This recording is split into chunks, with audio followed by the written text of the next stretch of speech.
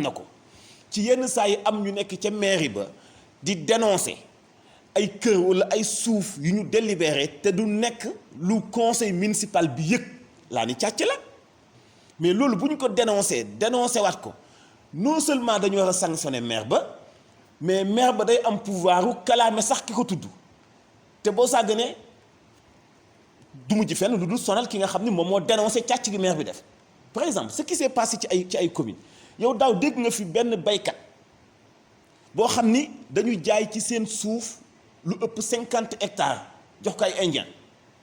bi ñu ko joxee indien yi nee nañu dañ ko def ak ñoom contrat boo xam ni hectare bu nekk peut-être 500 000 wala 800 000 pour ñaata exploitation 35 ans imaginez hectare bu nekk ñu jox la ci 500 000 pour exploiter ko 35 ans au moment où ki moom toolam ñu ni ki moom tool boobu noonu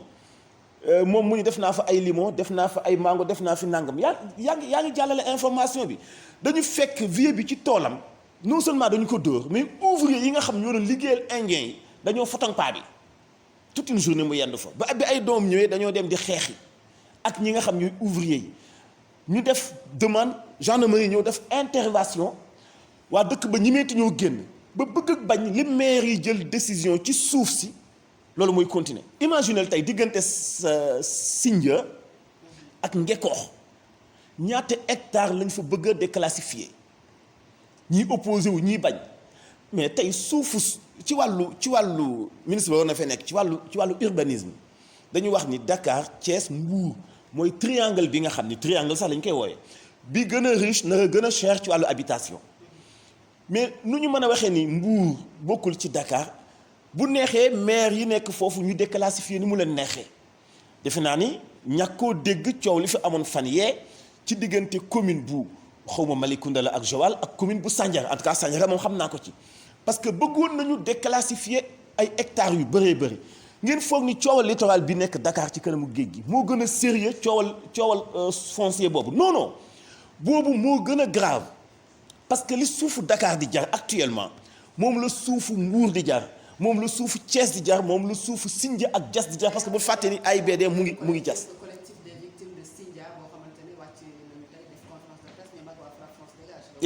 évidemment dinañ ko def te dinañ leen ci jàppale bu baax ñu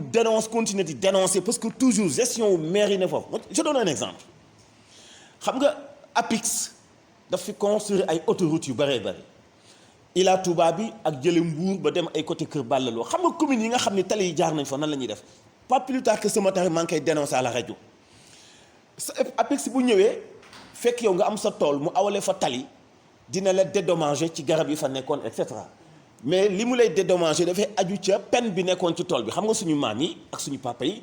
farataalu ñu woon di def ay garab yu bëri ci seen ay tool ay gerte ay dugub lañ fay def xam nga boo ñëwee ci ab jàtti fekkoo fa garab booy dédommager borom donc nit ki boo ko jëlee lu mat 5 hectares tali ba aw ci digg ba xaaj ko nga jox ko benn somb ndaw parce que amul woon peine bu am solo bu fa nekk mu lekk loolu mu jeex léegi AGEROUTE moom exploitation tali la fa soxla mais maa la xamal ni bépp commune boo xam ni tali ba jaar na fa tey espace bi desoon ci tool yooyu dagg nañ ko ay kër jaay ko je donne l'exemple am fi ma dëkk man campement Ngekoox xamuñu kan moo ko jaay maire bi moo ko jaay ñi dend ak maire bi ñoo ko jaay da ngay gis ñoo xam ni xëy ñu gontuñu seen situation di soppeeku ci anam gu tegul fenn ils sont tous des chômeurs dañuy tabax ay immeuble dañuy dawal ay oto mais ku liggéeyul bëgg am dëkk ci teranga mais da ngay def lu lewul léegi nag problème foncier bu ñu wax ni décret bu président wala dogalu ministre wala et cetera ministre dafa wax ni problème littoral bi du woon ñoom ñoo ko signé d'accord mais état continuité la ñoom signé wuñ ko ñëw nañu xam nañu ni légalul irrégularité am na ci nañ ko annulé loolu mooy bëgg sa réew loolu mooy ku nar a def gestion bu baax loolu mooy gouvernance bu baax bi ci des mooy bu ñu fàtte ni toujours li may faral di wax nit ñi nelawuñu donte nekkuñu ci pouvoir xam nañu bu baax nit ñi doxale xam nañu jalgati gi ci am honorable député wax na ko sànq da ngay ñëw ñu jàppandalal la yow benn personne defar la soppi la benn milliardaire nga ñëw ci ni ngay négocier ak maire bi yéen a xam nu ngeen mën di def ñu attribuer la suuf bu bëree bëri suuf boobu noonu nga lotir ko bu dee ci dëkk yi nga xam ni ba léegi dañuy def 300 mètres carrés am nga ci 24 terrains bu dee dëkk yi def comme 150 mètres carrés comme Dakar am nga 48 terrains yoo xam ne bu fekkee même 10 hectares la kan moo ñëwee dem France gis fa benn dëkk boo xam ne rek benn village bu nekk 5 hectares te amuñu forêt amuñu terrain basket amuñu terrain football amuñu place hôpital. moom la wax naa ko sànq ci début dañ koy attribuer kenn. par exemple da ngay gis benn personne mooy coow bi am suun bëkk dem pour nga gën a comprendre bu gën a leer précisément suun mu ngi fii ci autoroute bi boo paasee péage bu Toglu bi juste dëkk yooyu nekk ci suufu tali bi mooy suun. un certain monsieur Fall journaux yi sax bind nañ ko ñëw na fa ni jox nañu ko 50 hectares monsieur Fall moomu promoteur immobilier la nan la jote suuf soosu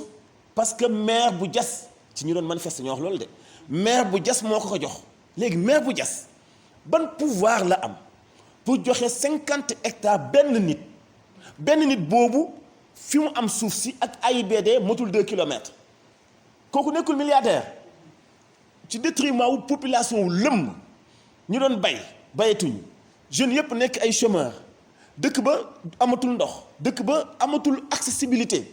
ci benn domaine ndaw ñi pour ñu yëg tali ba sax dañuy def ay contournement ñu ba. côté boobu également dafa bari li ñu duppee forêt classée côté boobu ngay mais forêt classée ki koy déclassé kan la. forêt classée dañu koy déclassé ki koy déclassé kan la am na ay forêt yu ñuy déclassé yoo xamante ni bi est-ce que sax chef de l'État dina ko yëg par exemple ma tënk benn 2 secondes daaw gis naa benn commune boo xam ne maire ba dafay déclassé di joxe ba dugg ci commune Popenguine c'est-à-dire xamul sax loolu mooy gaafu nag acte 3 décentralisation il y a des communes yoo xam ni xamuñu sax fan la ñu frontière tey te c'est très dangereux.